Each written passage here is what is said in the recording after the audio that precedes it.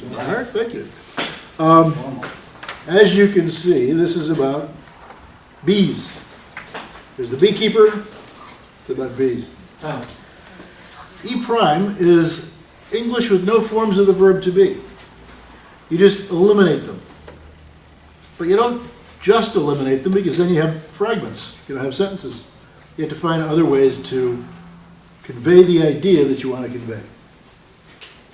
There's an example of this thing in here, but I'm going to put it up here anyway.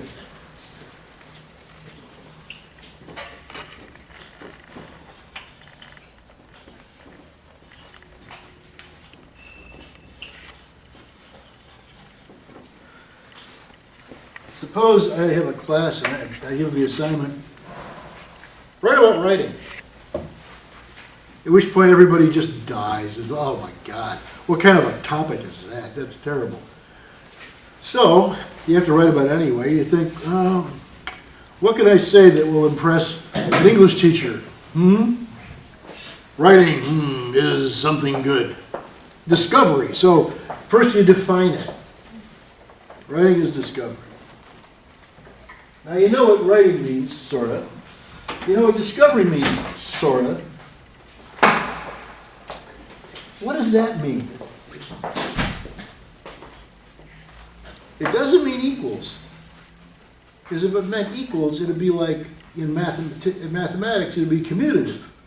Writing is discovery would mean the same thing as discovery is writing. That's not working. Really, it means whatever the reader wants it to mean. The reader has no idea what you mean by this. So the reader will take this sentence and run with it toward the wrong goalpost.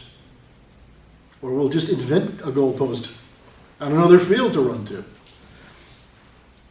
When you write stuff like this, you lose control of your ideas. You know what you mean, the reader doesn't.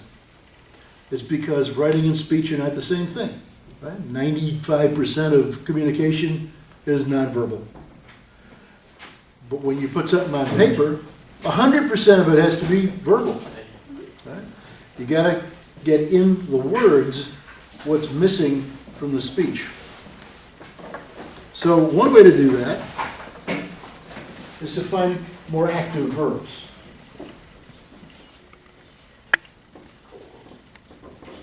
You could say writing permits discovery. So that sometimes when you write, you discover things that you hadn't thought about when you sat down to write in the first place. If that happens, that's a good thing. You're doing what writing should do. It should lead you to new ideas. That's not a very strong verb, permits.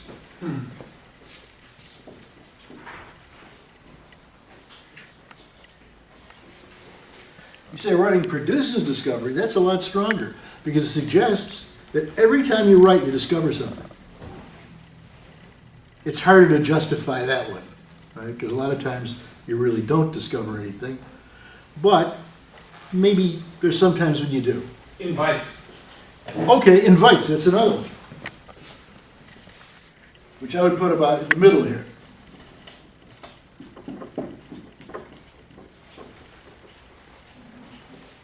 Somewhere in between permits and, yeah. So there's a lot of different kinds of words you can use in a situation like this. And in this situation, the energy goes this way. Writing comes first, and discovery is a byproduct of the process of writing. Right? You can look at it another way, though, too. If you say writing uses discovery, now discovery is a technique.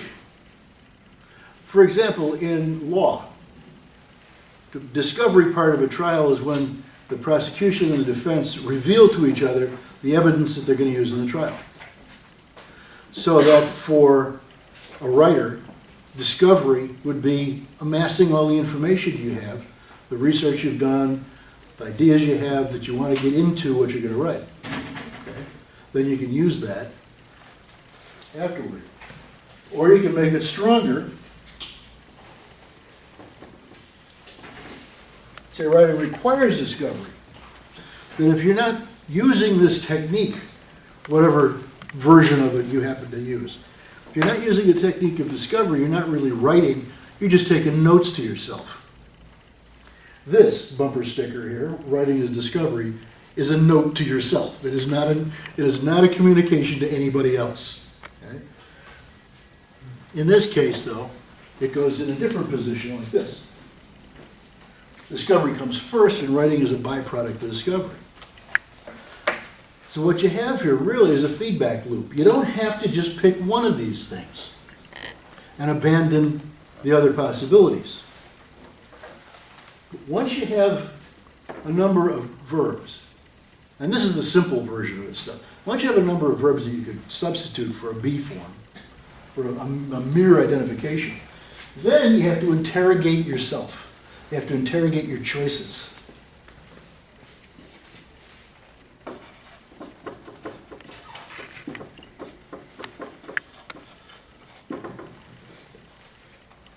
When and how would be questions to ask about that.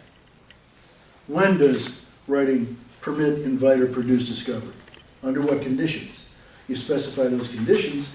Now you're expanding this idea here into something useful.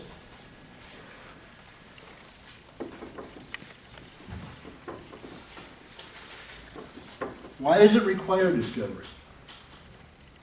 How does it use it? When does it use it in a particularly good way?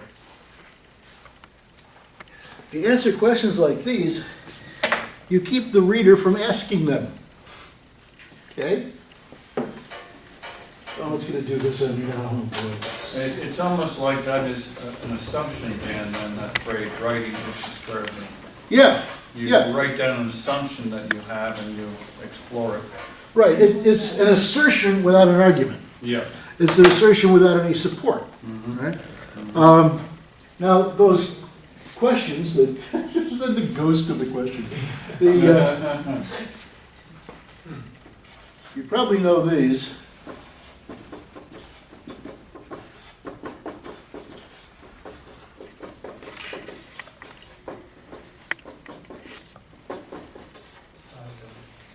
These are the reporter's questions.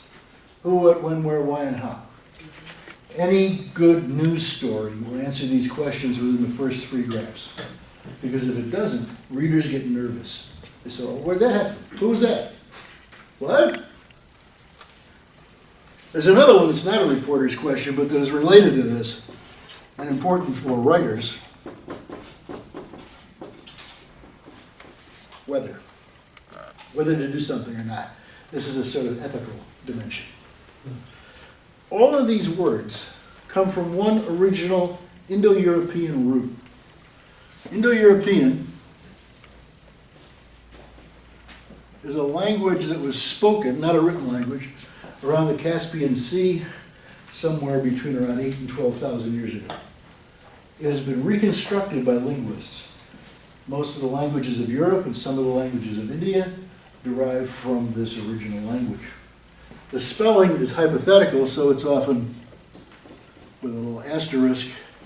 And one of the hypothetical spellings looks like that, HWA. This is one of the most common words there is. You hear this all the time. It sounds like, whoop, right? Often accompanied by pigeon-like motions of the head. Whoop, like that. Right? It's a sound that you don't want to happen in your reader's mind. If I could sit around with somebody reading something and I could tell whether they were saying it aloud or thinking it, the more instances of this sound that occur to your reader, the worse you're doing a job as a writer. You want to have nice sounds occur in the mind of your reader.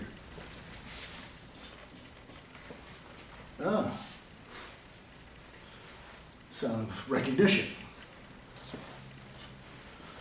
Ooh, sound of surprise. Sound of satisfaction. Taken together.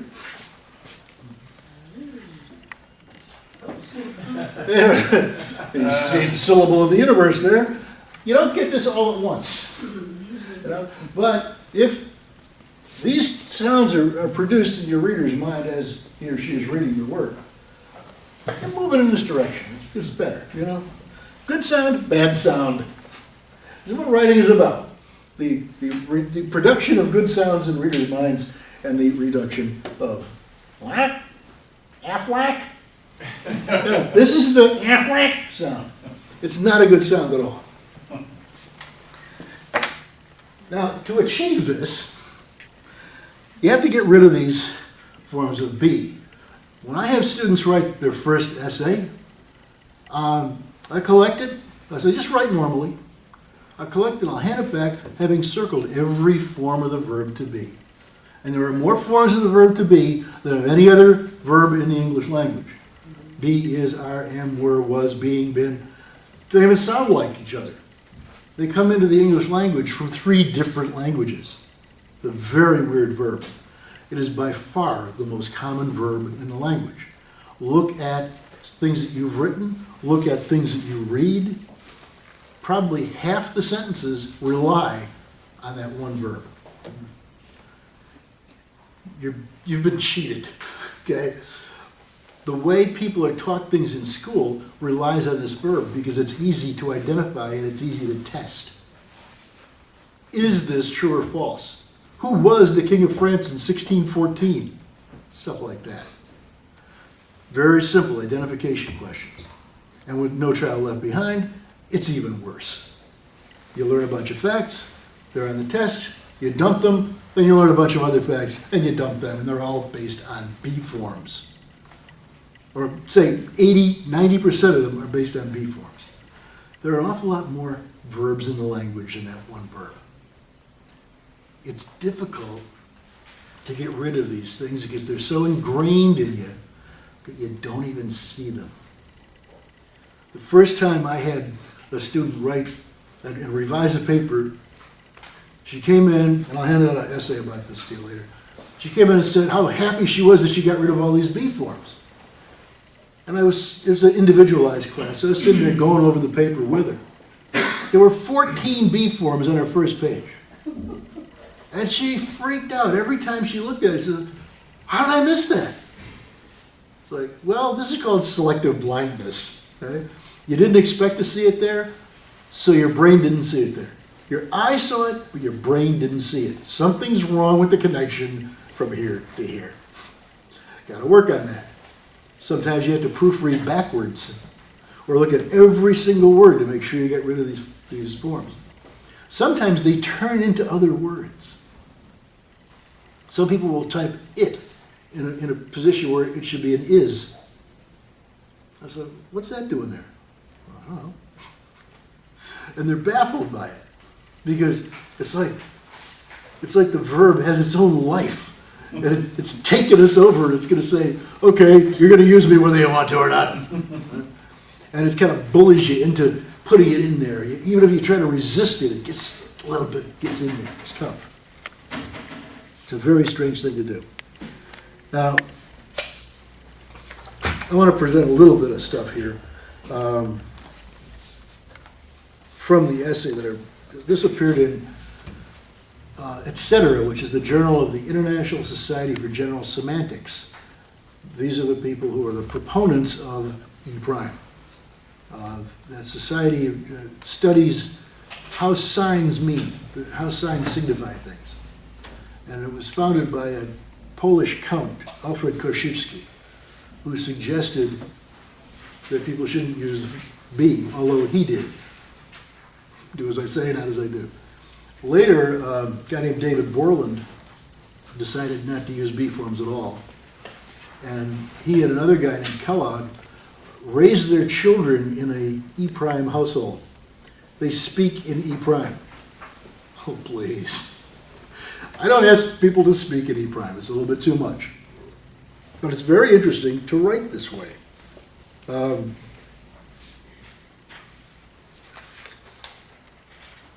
For example, both ESL and native speakers sometimes resort to creolization when translating into Eprime, doing without B as both copula and auxiliary. For example, she a fine scholar. Throw it out. Just take the verb and chuck it. She a fine scholar. We going to Miami for spring break. Are going?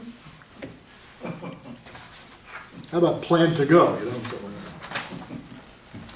They may fail to recognize the transitivity or intransitivity of a replacement verb.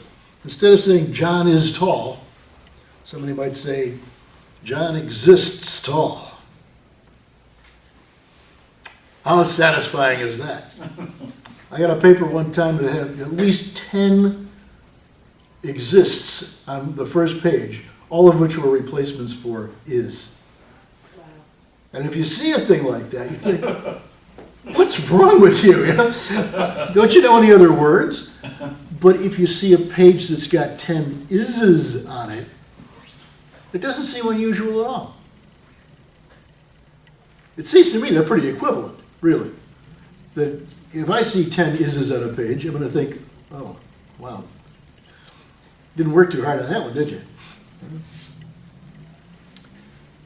The laws are upheld due only to fear.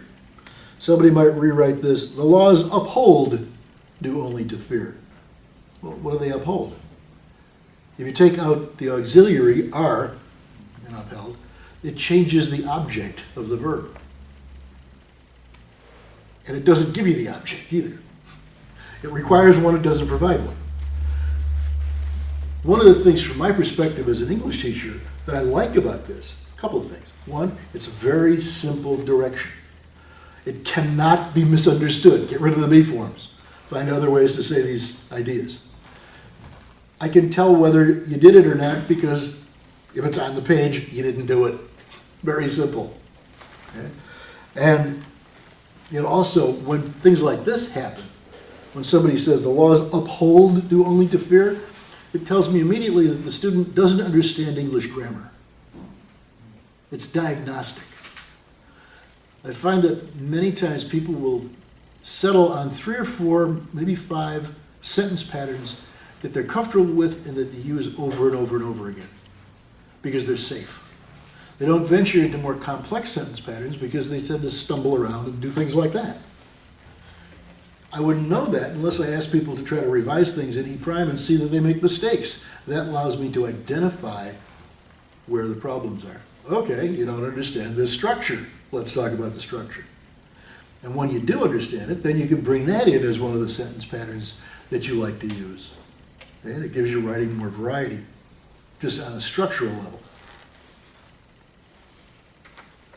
Sometimes students switch degrees of reality or certainty. Instead of saying, Helen is dressed, Helen seems dressed. Seems? What is it, dark in here? Helen seems dressed. Sometimes the attempt produces a dangling modifier. Instead of saying, while he is dedicated to his work, his family comes first, a student might write, while dedicated to his work, his family comes first. In the first sentence, he is dedicated to his work. In the second, his family is dedicated to his work. It says something completely different from what the writer originally wanted to say. And it says it because that shows me that the student doesn't understand modification. That an introductory phrase modifies what comes right after it. And in this case, if it does so incorrectly, it's called a dangling modifier.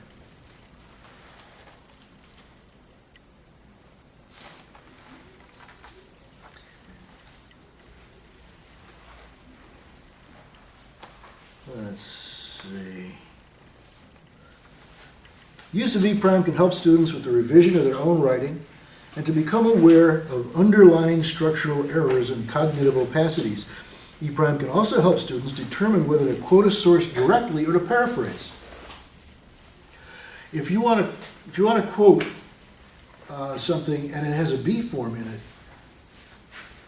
you might lose the context that you're pulling this quote out of. But if you find a verb that imports the context into a paraphrase, then you're providing the background to your reader, as well as the idea that the writer is conveying.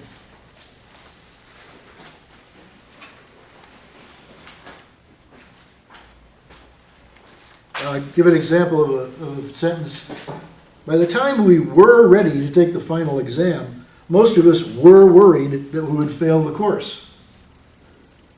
As a teacher, I immediately saw this as both self-deceptive and self-exculpatory. Self-deceptive because students truly prepared for a test would not fear failing it. Okay? We were ready? No, you weren't. If you were ready, you wouldn't be afraid of failing it. You might fail it anyway, but you wouldn't be afraid of it. Maybe you studied the wrong stuff, who knows. And self-exculpatory because it shifts the blame for the anticipated failure from the students, who after all were ready, to, guess who? The teacher. Eprime avoids both traps. When the time came to take the test, most of us feared failing. That's just an objective statement. Okay? It doesn't blame anything. It doesn't say you were ready when you really weren't. Why would you be afraid if you thought you were ready? And why would you fear failing? The teacher's fault? If you were ready, it must be the teacher's fault if you fail, right? No. Not necessarily.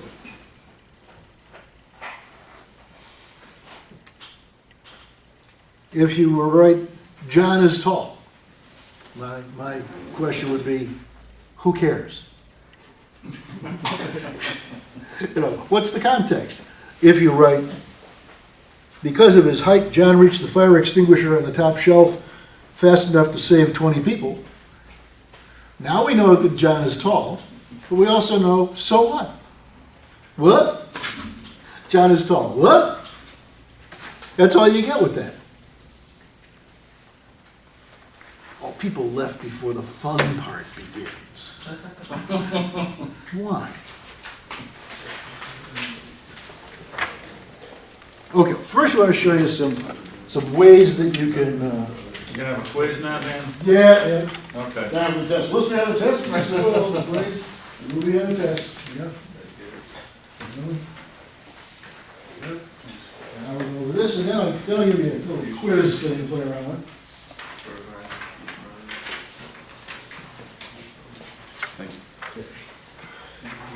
Yeah, a few strategies, okay? How to get rid of B forms. You can just eliminate the B form and see how that works. He is dead. Let's try, he dead. He dead, Jack. Jack, you dead. No, that doesn't work too well because it's not a sentence. You could say he died. If he died, he's probably still dead. Right? Or you could say he has died if it's recent. Okay? Try to eliminate the B form by changing the subject complement to a direct object. What's a subject complement? Anybody ever heard of that? It's not saying, nice subject you got there. It's a little different. You got to be careful when you say things like that to people. You know, they take it wrong. He is intelligent. Well, that's a subject complement. This is the structure. Subject, linking verb, subject complement. In this case, the subject is he. The linking verb is, the subject complement is intelligent. If you said, he is stupid, stupid would be the subject complement. It wouldn't be very complimentary, but it would be a subject complement, grammatically speaking. He is intelligent, but he doesn't realize that. So, take the subject complement and turn it into a direct object. He doesn't realize his intelligence. Ba-bum. This is transforming the idea. You've got a basic idea in here, and there are many ways to express it. The advantage of Eprime, when you have a thing like a beef-based sentence, it's like a photograph of a sculpture. That's not very helpful. If you get the sculpture, you can walk around it and look at it from many different angles. Each of those different angles would elicit a different verb to describe what's going on. So you see the whole thing, not just one side of it. Try a synonym. What passes as a synonym. Seem, appear, get, exist, remain, or become. She is friendly. Really? How friendly is she? Let's find out. She seems friendly. Well, that's not very good because it sounds like she's faking it. She's not really friendly. She's just pretending to be friendly. She makes friends easily. Maybe that's what you mean. I don't know the woman, you do. People enjoy her company. Okay, that's nice. Or people can rely on her friendship. She's a really true friend, not a kind of fly-by-night friend. Okay? You know what kind of friend she is. I don't. Tell me about it. Change passive constructions to active ones. Instead of saying, John was eaten by wolves, wolves ate John. Okay? Very direct. Wolves ate John. Slide from word to word until you find one which can begin the rewritten sentence. If it doesn't work, keep sliding. Keep going. Don't stop. The first time they met her was when they fell in love with her. Okay, they fell in love with her the first time they met her. Same idea. Shorter, same idea. And on the other side, there are a couple more.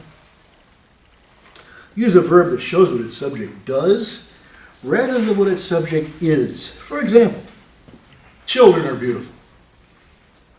Yeah, other people's children. Children are beautiful. Children radiate beauty. Maybe that's too over the top. Children often do beautiful things. Maybe that's the kind of beautiful you're talking about. Children display beauty effortlessly. Don't have to go to the beauty parlor to be beautiful. Okay? But I don't know what "are beautiful" means.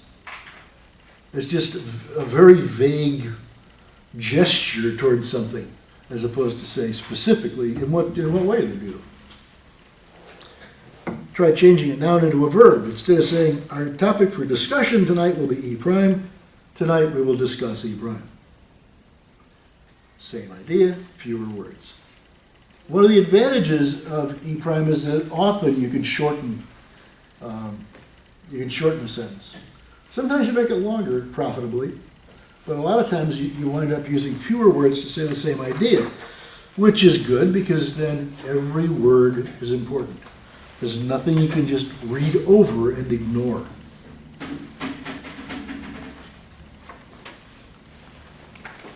The fun part. I thought that was the fun part. Oh, this is even more fun. Okay. Even weirder.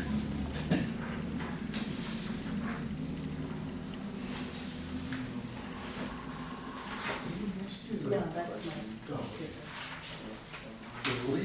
At a record pace. I should have known. Every time I talk about this, people run away. At which point I want to say stuff like, don't be leaving. Okay, now, rewrite the following statements without using forms of the verb to be, including apostrophe M, apostrophe S, and apostrophe RE when they are contractions, okay? You may have to reorganize the sentences, but you should preserve their original meanings. Don't lose any meaning when you rewrite these things. So you got maybe, I don't know, there's 6 of these, let's say 12 minutes. 12 minutes to tinker with these things. Some are considerably easier than others. All right, now, Oscar Wilde, the playwright and bon vivant, wrote, the difference between journalism and literature is that journalism is unreadable and literature is not read. 3 on a match.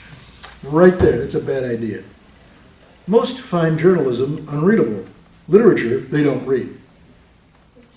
That works. There's a semicolon in there because there's 2 sentences connected with a semicolon. That works. Let's see another one. Journalism appears unreadable and literature remains not read. Close but no cigar, as they say. Literature remains not read or unread, that's okay. But to say journalism appears unreadable diminishes what Wilde said. He said is unreadable, no equivocation, no appears, hell, it appears dressed, seems dressed, I don't know. Nope, nobody, this person didn't get to that one, okay. Here's from the German poet and bon vivant again, Johann Wolfgang von Goethe. Isn't a great name? It's better than J. Alfred Prufrock. For a man to achieve all that is demanded of him, he must regard himself as greater than he is. For a man to achieve his full potential, he must believe in his greatness. Wow, that's good. Yeah, that's good. A man sees himself in the demands of others. It's a sentence, but it's not Goethe's idea. It's changed what Goethe had to say. It doesn't talk about achieving what's demanded of you. It leaves that out. Oops. Oh, Benjamin Disraeli. Anybody? Who's Benjamin Disraeli? Anybody? British novelist and twice Prime Minister of England, 19th century statesman. I love this. This is like a W.C. Field statement. A practical man is a man who practices the errors of his forefathers. This is the easy one. You just get rid of it, is a man who, because you already said he's a man. A practical man practices the errors of his forefathers. A practical man repeats the errors of his forefathers. Well, that's kind of practice, okay. And this just crossed out as a man who, okay. And now, Gertrude Stein. Okay. Oh, boy. Gertrude Stein makes this wonderful point, okay? This is lovely. And she writes stuff like this. For example, one of Stein's pieces goes like this. Pigeons on the grass, alas, pigeons on the grass, alas, short, longer grass, longer, shorter, yellow grass, pigeons, large pigeons on the shorter, longer, yellow grass, alas, pigeons on the grass. If they were not pigeons, what were they? I have no idea. So, Stein here is showing a valid use of the word is. A rose is a rose is a rose is a rose. That's it. It's nothing else. That's it. Okay? This is identification that works, but it's tautological. It doesn't tell you anything more than a rose. So some people just put a rose. All roses roll into one.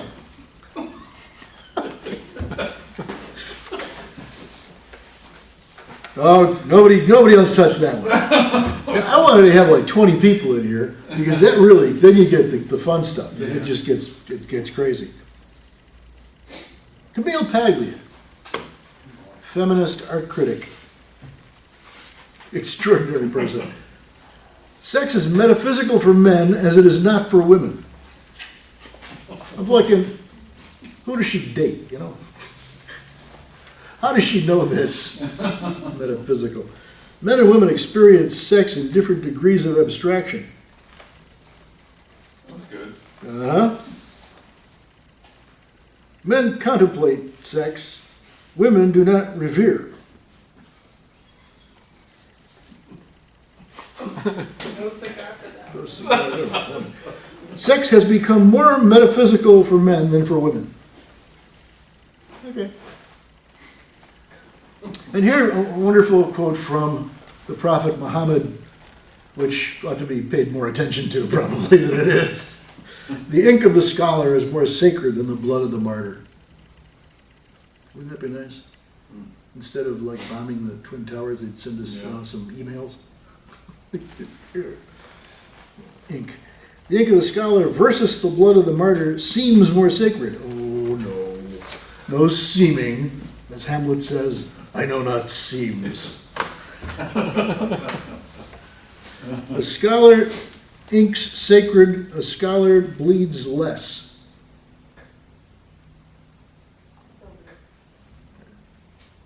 A martyr bleeds less? Something like that. Now, I was going to do this for about 20 minutes because there's all these people in here. And I was like, let's go. Gosh. But the same thing is in here, you know. I mean, it's the same set of questions. So you can play around with this stuff later on. Xerox a couple of them. Hand them to your friends. It's like, they won't be your friends for long. Just hand them to your friends and say, okay. You know, I lost the Scrabble game, let's do this. Keep them happy. This is an essay that I wrote about Eprime. It was published, I mentioned before, it was published in a journal of the International Society for General Semantics. I get another one. Oh, sure. Yeah, it's in the. You bet, you bet.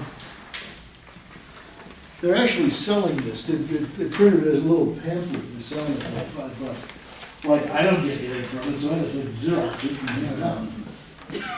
It's like, You should sell it on eBay. I want royalties, you know, from the 3 people who bought the pamphlet. So, do you have any questions about this technique? Yeah. If one expresses subjectivity of judgment, where Eprime expresses experience, opinion, or not opinion, but observation of experience, when is Eprime not suitable to use? Is there any time that it's not suitable to use? And I tried to put that in Eprime, but I just couldn't. I would say it's, sometimes it's not suitable if you're quoting somebody. Just in quotation? Yeah, if it would really wreck the force of the statement. When I teach creative writing, or when I write poetry myself, I try to avoid using forms of to be, but I don't always avoid it, because I want it to sound like speech. That's why I don't speak in Eprime, though I've tried, and sometimes can succeed for quite a few minutes at a time. Painful, but you know, there it goes. Yeah, it's a matter of judgment, and the way you figure that out is, for each sentence that you're going to revise into Eprime, you do 2 or 3 different sentences, saying essentially the same thing, but emphasizing differently. Then you get to pick which is the best sentence, which one fits best into your paragraph that you want to return it to. As a byproduct of that, you begin to start thinking in paragraph-sized units, just by focusing on how does this sentence fit back into it. And once you put the revised sentence back into the paragraph, do you then have to modify sentences around it in order to make it more comfortable in that paragraph? So it's a global kind of revision, because virtually every paragraph in your paper is going to have at least one, maybe several forms of to be. So throughout everything you write, you'll find these things.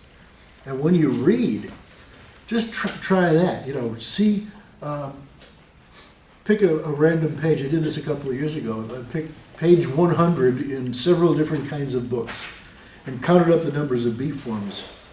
And there were some real differences between writers. I thought, okay, this is kind of interesting. I wonder if it's just a fluke, so I had to do it a couple more times to get a good sense of that. Some people have rewritten textbooks in Eprime. Albert Ellis, for example, a psychologist, rewrote a book that he had done in Eprime. There's a couple of novelists who've written novels in Eprime. And the nice thing about this is, if you do it gracefully, nobody notices the absence of the B forms. Completely invisible. I've had students come back to me a couple of years later. They transferred to other schools, and they'll come back and they're on campus, and they stop in and say, you know, I still use that. And I ask them, do you tell people you're doing it? Oh, no. I wonder if someone read a book like that, whether they would acknowledge it as somehow richer in language than other things they've read. It'd be interesting to find out, but I mean, I'm not sure that it'd be possible to do it comparatively. Maybe if it were another book by the same author, you know, one in Eprime and one not. That might be interesting, but the content differences between them might overwhelm Well, the you said stylistic. you know authors that rewrote their work, Yeah, so that would be the comparison there. yeah, I can take Albert Ellis's book and look at it like that. I haven't read his book, but I've written a number of papers for presentation and publication that were in Eprime. just to do it, you know, just because I find it so valuable that I can compose an Eprime. Because I'm a poet, so I have several different versions of an idea before I write anything down. You're just kind of flying around there. But a lot of people should not try to write in Eprime, just to revise, because it'll slow you down too much. Get the ideas together, that discovery thing, get all the ideas together, write a paper the way you ordinarily would write it, then go back and see where can you intervene and make the sentences better by saying them without those forms. You don't even have to do it with all of the sentences. If you've got a paper, say you had a 5-page paper, and you change 10 sentences in that paper and make them better, that's a big deal. Because those might be the most memorable sentences in your paper. Those are the ones that are really crucial, and they're going to carry the weight. They're the skeletal structure for your paper. Or you can think of them as like, okay, you're fleshing it out. The B-form things are the skeleton, like writing is discovery. Well, what does that mean? You flesh it out with putting very specific kinds of things attached in there.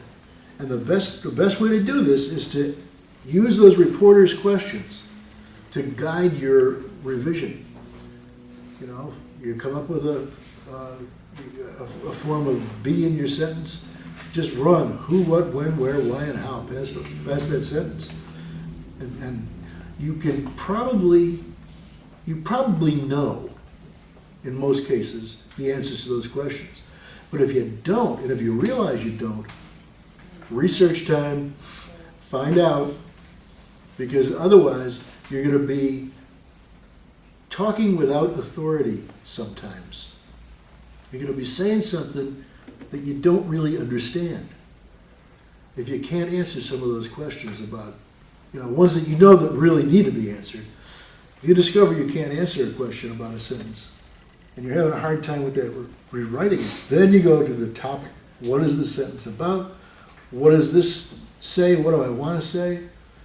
How do I answer this question about this issue? Then you can do research profitably only on those things where you really need to do the research. You know, otherwise people will go out and they'll research everything. Well, it takes you forever. It's like if you're going to read, say you're going to read a couple of large books for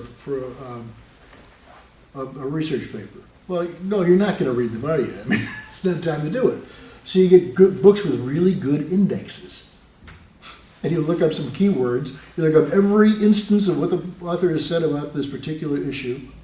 You see if there are any contradictions, you see if there are compatibilities, and then you look up related ideas. It doesn't take as long as reading the whole book, and you get a very interesting kind of structural view of how the idea or the theme or the topic is treated throughout the whole book. And then maybe you discover, oh, well, I got to read that whole chapter, because this is really the focal part of the chapter.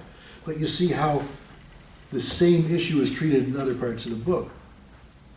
Does the treatment change as the book progresses? Does it just expand? Or does the author take a whole different view of this idea? This makes me think about, often in library instruction, we help people narrow and focus their topic, right, of the research. So if you took writing is discovery, it's very hard to research that. You need to break it down into what you were suggesting, is try to define exactly what you mean by that. So you could look up in a book on writing the word discovery, I think, but you'd have to look up other things. Oh, yeah. And Then you you'd can be look up ready. several. Then you'd be ready for more of the research per se, because you have then narrowed it and started to focus your effort. Right. You can see, for example, how people who are writing instructors who've written about writing, how do they use the word discovery in various articles and books they've written? There may be 4 or 5 different senses of discovery that are current and useful. So you're gathering all that stuff and saying, well, look, here's the range of what discovery means for these experts who think about it all the time. How can we organize that stuff to make it useful, you know, for a practical advice on how to write? Which is the most important of these? You can rank them in importance. You can rank them in terms of which one do you do first, which one do you do last. You know, so there are a lot of different ways to think about it, And you can look at your own practice as a writer and see how do you do that.